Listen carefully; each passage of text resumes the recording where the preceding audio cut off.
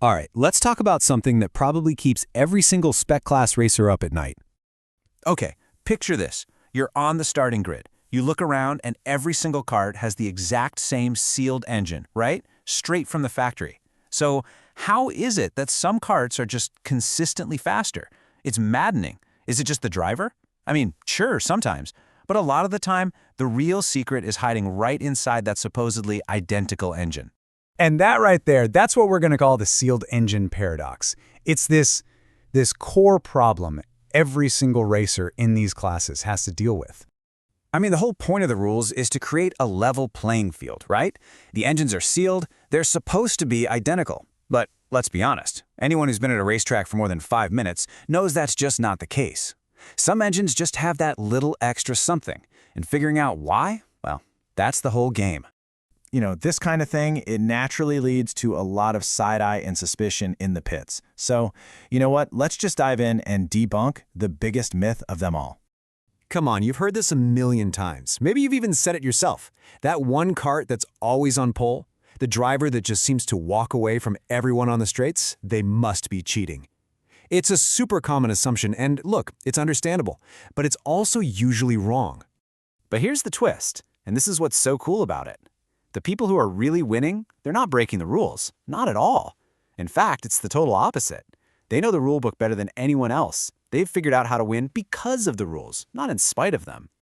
Okay, so if they're not cheating, then where in the world does that extra speed come from? Well, the answer has been hiding in plain sight this whole time. It all comes down to 2 words: manufacturing tolerance. Look, no 2 parts coming off an assembly line are ever, and I mean ever, perfectly identical.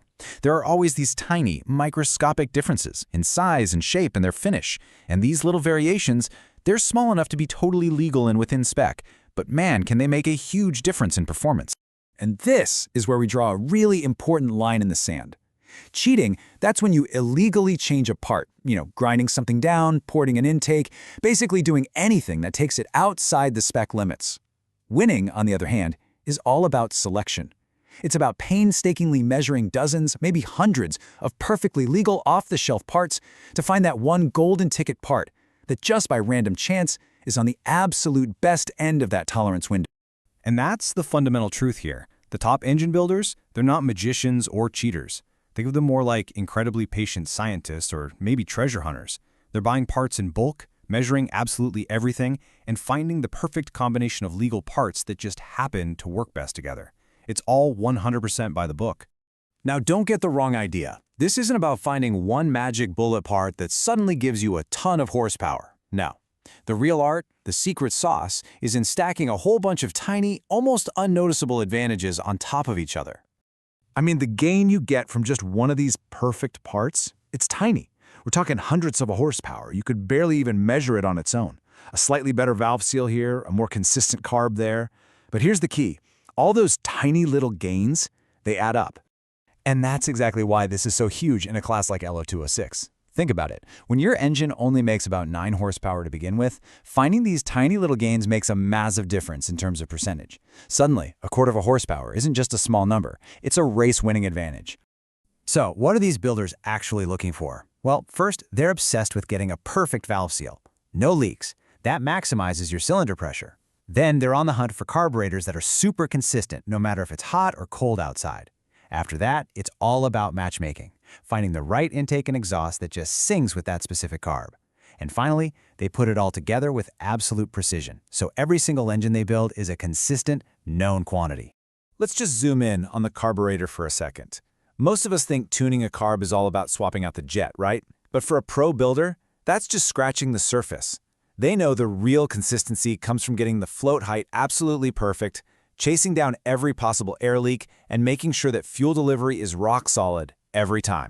Okay, so this all sounds great, but how do you actually do it? How can you start finding some of this hidden, totally legal speed for yourself? All right, here's your game plan. Step 1, and I can't stress this enough, read the official rulebook. You need to know it backwards and forwards. Step 2, master the legal maintenance stuff. Things like setting your valve lash perfectly and checking that your valves are sealing. Next, get obsessive about your carburetor's consistency. And then, only after you've nailed all that, you can start the patient work of measuring and sorting your own parts to find those little gems. So when you boil it all down, what's the big takeaway? The edge that the fastest karts have, it isn't some secret part they bought online. It's discipline. It's a deep, deep understanding of the rules. And it's hundreds of hours spent obsessing over the tiny details that most of us just glance over. It really makes you think, doesn't it?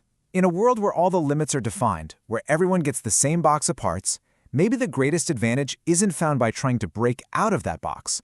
Maybe it's found by exploring every single millimeter inside of it more carefully than anyone else.